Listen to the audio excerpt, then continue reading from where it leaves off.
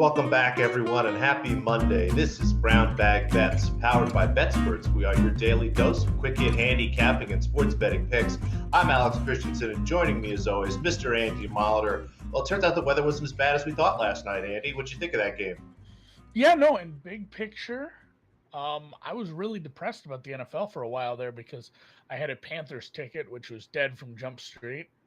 And then I had a Washington ticket that was a very, very gross way to lose a game. After earlier in the year having a Detroit ticket that lost pretty much in the same fashion, where a team went to the red zone 800 times and turned it over in increasingly hilarious manners. Apparently, they never did fumble it out of the end zone, which I was waiting for. But yeah, I probably deserved better there. But in the end, I bet Cleveland, I bet Arizona first half, and I took the over last night. Even though I took some shit there in the early afternoon, I ended up with a winning weekend, which is better than I can say sometimes. And live betting wasn't great, but it wasn't negative. So I had some nice wins, a couple bits. I probably live bet too much, honestly, at this point. I started just firing when I got mad about the Panthers. Otherwise, that was fun. Baseball is ready for a World Series. Basketball's starting to take shape. We're starting to get a feel for some of these teams. We'll talk about some NBA off the jump. I'm doing pretty good just because I'm not betting very many games and probably just lucky randomness. My Bulls are undefeated. What? No big deal. They Love play those tonight. Bulls. They're not scoring a lot of points, but they are winning games, which is nice. Yeah, the offense will come around. You trust me on this. That's my NBA hot take for the day. So we have a lot of sports to cover today. I think probably just jump right into this shit and get into some NBA bets because you have a few looks for tonight. It must be a pretty stacked slate. We got a bunch of games or what? About 8 games, I think, that we have tonight. Again, they usually stack as many as they can on one day. We'll have less tomorrow. 3 looks for us tonight. And good news, everybody. These first 2, it looks like you get a little better price than I did. Starting with the Bucks, I played them at -2.5, and even a little bit at 3. This is actually down to 2, which it tells me that Jrue Holiday's out. He was doubtful. So, somebody that I wasn't necessarily assuming was actually going to play tonight. As I start to look at this roster, they're going to Indiana. Indiana has had as bad of a start really as anybody. A lot of the positive things that we thought would happen with Rick Carlisle coming in really have not come into fruition. They did get their first win in overtime in Miami, which is a little odd after losing to Charlotte and Washington, but they got a chance to come home, get their first win under their belt. The Bucks are a little bit thin here again. Jrue Holiday's out. Looks like Brook Lopez is out. We know DiVincenzo is going to be out for a little bit while, but Bobby Portis is back. And I think even with less than all the guys that they have, I look at this matchup. It sets up really nice for Milwaukee here. I think that there's maybe a little bit of an overreaction to Holiday being out. The Pacers, again, continue to struggle without T.J. Warren and Karis LeVert. Yes, Duarte's been great. Malcolm Brogdon's been solid, and Sabonis might be able to have a good game here, but I don't see anybody really on that roster that's going to be able to slow down Chris Middleton or Giannis Antetokounmpo. And on the other end of the floor, I'm sure that they'll put Giannis on Sabonis or something like that, and I'm sure he'll have a fun time trying to do some stuff like that. Again, Giannis, a Defensive Player of the Year award winner. So, like this matchup for the Bucks. What do you got, Andy? So you're assuming that even though the market's reacting a little bit, it probably shouldn't based on the Jrue Holiday thing. Like it was probably 90% baked in. Yeah, that's kind of what I was thinking. Again, it was -3 last night, and this morning he was doubtful as of last night. He remains doubtful. I haven't seen anything that says he's out. And again, maybe that's why money's coming in here on Indiana. It's tough to figure out. It's only a point. Going from 3 to 2. Yeah, it's a point. It's not the biggest move in the world, but that seems like the most likely reason to me that money's coming in on Indiana. I don't think there's anyone necessarily on their injury report who might be back in. Again, we know LeVert's going to be out. So that's what I think it is. Maybe a little bit of a reaction to Jrue Holiday or maybe someone else. We'll find out in a little bit. Might be doubtful or something. We know Portis is on a minutes limits, but I don't see too much other reason. So maybe some optimism again. Indiana's finally got that win under their belt. They're back at home again. And they did beat the Heat. So maybe people give them a little bump in their power rankings for beating the Heat. Who knows? So again, happy to take Milwaukee really at anything 3 or less. And this one's tough. We had this game the other night. The Pelicans played the Timberwolves, and they didn't really get close to even 200 points. But as you go back and look, the pace was pretty solid, maybe a little bit lower than expected, but the shooting was terrible. Neither team really got close to 40% shooting from the field. I think Timberwolves did actually get a little above 40% from the field, but just an awful shooting night. A lot of turnovers as you go look at that. This number for that particular game, I think opened around 225, 224, and got bet up to 228. Again, didn't get close to 200. They open a similar number here. It's right around 225.5 right now. Again, I still have this over. I make this closer to 229, almost 230 myself if I tweak some stuff. If we can keep the same pace we had in the last game, get a little bit of shooting regression, and the game did get a little bit slower at the end in the second half as it got a little bit closer. I think Minnesota's a little more comfortable favorite here tonight. I'm happy to take the over again and kind of go against the game that just went way under, Andy. So we'll go a little bit against what we just saw. And then finally, the Detroit Pistons. This is go the other way. We'll go with a lot of stuff we saw. The Pistons have yet to score more than 90 points in a single game. Jeremy Grant was announced as questionable this morning, which generally means that it's not looking too good he's going to play. The team total here is 100.5 against the Atlanta Hawks, one of the better defensive teams in the league. You can take the full game under if you want, but I think there's a chance the Hawks put up a lot of points with the Pistons, especially if Grant is out. So happy to take a Pistons team total under 100.5 here. You should be able to find that just about everywhere. So 3 looks for us out of the, I believe, 8 games we've got tonight in the NBA. I'm down with that, especially fading the Pistons. There were no match for my Bulls game 1 there, especially Bulls live. Bulls live, yeah, 1-0 live betting. Actually, 2-0 live betting. Drew made me live bet that. Everybody knows that game, the Knicks Celtics fiasco. Drew talked me into that before the show, and so we got there. Baseball starts tomorrow. Nothing yet.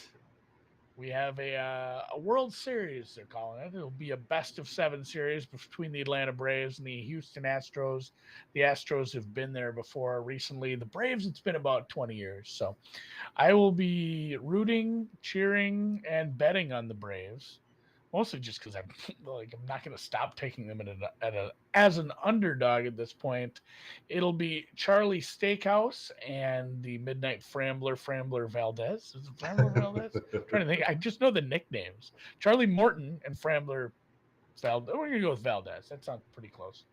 And the game 1 starters, I can see Dan typing right now. It is Valdez.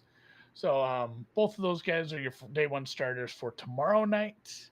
The obviously the World Series is a little more spread out. I don't think they have much for back-to-back. And it'll be obviously all primetime stuff, I'm assuming. Do we have day games during the weekend? A lot for me to figure out before I can, for my World Series watching. I'll probably watch every game. It's still, I didn't catch a lot of the baseball. I watched a bunch, but I didn't watch all of them. But World Series, it's different. And these are fun teams. They score a lot of runs. And it does suck. No day games, Dan says. It does suck that neither of these teams is in a cold weather city. I still like to see the breath. I like the breath, the pitcher, the long sleeves. Oh man, it's late October, baseball. So yeah, they're warm weather cities. Obviously, there'll be none of that. Hopefully, Hopefully, it's cold in Houston. I'll say it. So tomorrow, nothing for tomorrow. I probably won't get involved in game 1 with the series bets. Maybe we'll talk about it, do some props or prize picks tomorrow. But Atlanta money lines plus 118. The total is 8. If you want to there is a roof in Houston. That's the dumbest. Houston has a roof. Minnesota doesn't. Dumbest thing ever up here. Milwaukee did it right. I will maybe come up with some prize pick stuff, or maybe Matt will have one. Something for that. We'll figure out some prize picks entries or some props or something for tomorrow. So I probably won't bet game 1, but yeah, series price for me, Atlanta Braves. Let's go. They lost 99. They would have won 96. So it's been since 96. And I'm trying to think if Atlanta won a championship in there. I know the Hawks haven't. I know the Thrashers didn't. Falcons, I feel like made it to a couple Super Bowls. I'm trying to think of how the results went. Made it to 2. Did not go so hot. Yeah, Atlanta United only championship since, says Dan. The Dan Reeves Falcons, and then the 28-3 Falcons. 98 Falcons. Yeah, the Broncos took care of business in 98 as well. So Atlanta United did get one. Let's go. And yeah, the Falcons have never won a Super Bowl. They have just come dangerously close tonight. Speaking of teams that have won championships, both fairly recently, I would say Saints in 09, Seahawks in 11. I'm trying to think of when that one was. They've been to a couple. Something like that. Saints, Seahawks tonight. Saints are 4-point favorites. Seahawks are starting backup Geno Smith again with Russell Wilson benched for what a finger injury. I don't remember the exact medical term for just gross finger, whatever it was like looking like that. It was stuck up there. He hurt his fingy. He hurt his fingy. Total 41 here. Looking at some weather from yesterday, the bomb cyclone atmospheric river is making its way still up the coast. I'm guessing I looked at some weather reports. It's supposed to not be as bad tonight. I don't think the wind's going to be terrible. And I really don't think the rain's going to be heavy like we saw in San Fran last night. Santa Clara, actually. So I don't know. This total might be a little low, but at the same time, you're betting on Geno Smith. You're betting on, Jameis, who we've seen some inconsistency with. So I'm staying away from this one. I make the Saints a little bit of value, but I probably won't be taking a look at that. I'll be betting it live, and obviously second half, and obviously a first touchdown scorer or two. Alex, give me something. Just a few. We got a few. I skipped last night, which was by accident, but also I would not have had that running back, so I felt good. It's another one of those games where, if we talked about it on the show, I would have said, it's a great game for Elijah Mitchell. It's, a great game for Jonathan Taylor, but of course their prices were low single digits. There's a couple people that bugged me in the replies that I mentioned it would be a good game for that. Just didn't like the numbers. Of course, Mitchell goes walking in for the first touchdown. Again, tonight is a very similar situation. There's a great chance that Alvin Kamara scores the first touchdown here. He's 3-1. That's a good price. It's probably honestly where it should be. You look on the other side of the ball, you've got Alex Collins. His number's a little bit higher, but it seems like him and Penny might be splitting some carries a little bit since Collins isn't 100% healthy. The two of them, again, are in single digits. I wouldn't mind necessarily if you put those in a same game parlay, like Kamara to score, put that in something. Kamara first touchdown, use that for kind of fun stuff like that. But not a single place for me. As I go back and look here, you can see we're going back to the well here with all the positions I really like. Quarterbacks and tight ends. At the top of the list, you see Geno Smith there at 25-1. You even see Jameis Winston down there at 33-1. I mean, Geno Smith is a fairly mobile quarterback. He's already, I believe, gotten a rushing touchdown, if not a couple opportunities. Same thing for Winston. He actually already has one this year. I don't think people think of him as much of a rushing quarterback or somebody that scores a lot, but has a couple touchdowns every year rushing the ball. I believe had 5 or 6 2 or 3 seasons ago. I forget the exact number, but two guys that again are fairly mobile. Now, neither of these defenses has given up a rushing touchdown to a quarterback this year. As you go back and look, you look at the Seahawks, I believe a lot of that was kind of schedule stuff. The Saints have had some opportunities to play against quarterbacks that might be a little bit threatening, but I think it is kind of more schedule and game plan stuff. Again, happy to play quarterbacks that have shown a history of not being afraid to run it in near the goal line or being used that way at 25-1 or better, especially in Smith's case, being that he's more mobile. And then we've got everybody's tight ends here. Jawan Johnson, pretty much the lead tight end on the Saints. He does actually is in the top 4 in terms of target share, inside the 20, top 3 inside the 10. Tight end of soft position for the Seahawks there. So happy to grab Jawan Johnson at 28-1. And then we're grabbing both Seahawks tight ends. Andy Everett missed 2 games ago, popped back in the other game, had more targets than Disley. It's hard to figure out what the Seahawks game plan is going to be game to game, but got a chance to bet Disley and Everett. Again, 2 guys who get a lot of targets. Everett gets more targets in general, but as they get closer to the goal line, Disley seems to come in and get more work near there. So happy to take both of them 30-1. Again, kind of a 5-pack here. Apologies when one of the running backs walks in for the first touchdown, but I think we've got a good chance at these numbers. There's definitely value in all 5. Yeah, there's a decent chance that just happens. Sometimes that shit happens. That's why, when you take these ones, you cash it. We've had like a 30-1 earlier in the year. So a couple 30s. Yeah, you gotta take it in stride. You're not gonna win all. If you won all of them, that wouldn't be. I was just about to say that wouldn't be any fun. Obviously, it would be a ton of fun. It'd be a lot of fun. It'd be fun. It'd be too much fun. Sportsbook. Yeah, it'd be fun hunting down some new accounts after that. I did say I'm going to do a PrizePicks entry. This is my Monday Night Football one. It's all overs because that's all I do because I'm just a stupid chalk monkey when it comes to this sort of thing. But I think a couple of these are a little low. Kamara has only cracked 20 fantasy points once. It was his last outing. I like that one. A couple times where he was close. And this Seattle defense is quietly a bottom 5 defense. Not Like good. there's some things I've dug into, and I was appalled, abhorred, and shocked, honestly, at how bad the Seattle defense has been and has been against running backs here. The third worst defense against running backs, giving up 120 yards on average, 60 yards receiving, basically a full touchdown to a running back every single game. I feel like there's a decent chance that running back will be Alvin Kamara, and a couple fantasy, just some of the fantasy stuff I've run through. I have them higher than this. So over 20 fantasy points for Alvin Kamara against this horseshit defense in the rain. Like that a And then lot. Tyler Lockett. This pushes an awful lot. 4 receptions.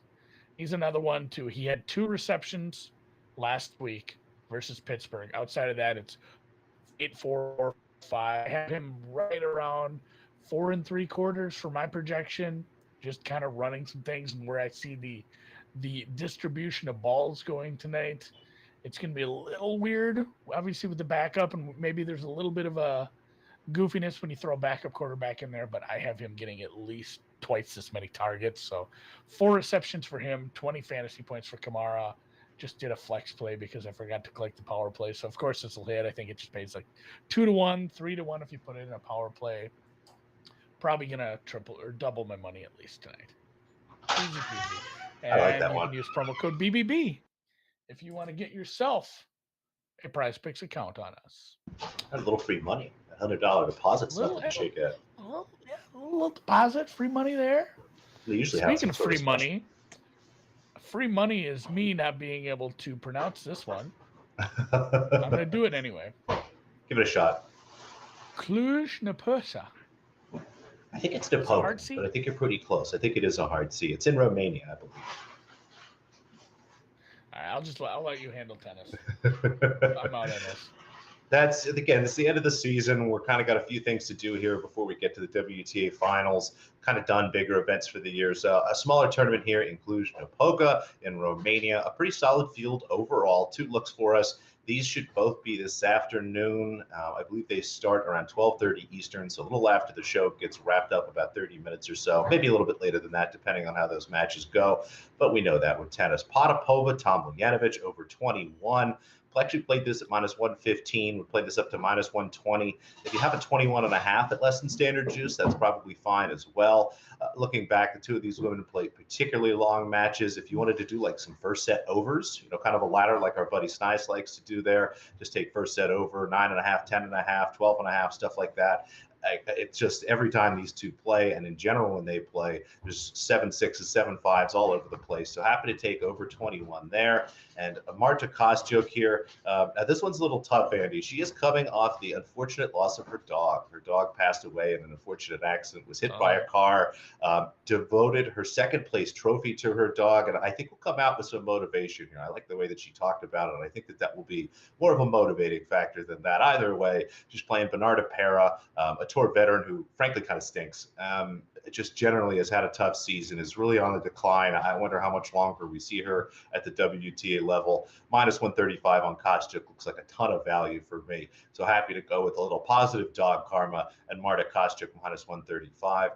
Now, this one's in French, Andy. I have no idea how to say this. When it generally comes to French, I just kind of skip all the vowels. Yeah, just you take all the letters, you divide it by 2. Like if there's 10 letters, you should say 5. Come out. Yeah, something like that. It's in France. They're indoors. Petra Martic, we're getting some value on her here. Had a really tough start to the season. Has been playing better the last month. Being indoors here, I think, will help her quite a bit. She's going against Sai Zhang, who we've talked about quite a bit. As you go and look at this, you can find a 2, a 3. I actually like a 2, a 2.5, or standard juice, maybe even less. I like selling out to 3 here. There's a couple spots you can do this. Zhang, again, a player that when she does loses by a lot. Thought of even selling this out to 3.5 or 4 for a little bit lower stake. Pile it on, maybe stack it up. Who knows, Andy? But -3 +110 looks really nice. Martic, even having a poor season, putting up a lot better numbers than Zhang, and just overall the higher quality player. I think, again, this is just a little bit of an overreaction to Martic's tough start to the year, and Zhang playing the last week and having a little bit of success. But happy to take the -3 games here. So 3 looks for us in tennis. The Martic one, I believe, is early tomorrow morning. So take a look. They're pretty much done in France today. I believe that one Core Mayor. Thank you very much, Skyfish. And Core Mayor will start tomorrow morning, Literally usually have a around French 3, guy 4 in in the the chat. morning. Thank you. Finally.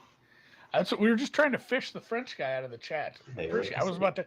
I have a friend who has a French degree, which I don't know what she's doing with that. But I was about to text her. Thankfully, Skyfish jumped in.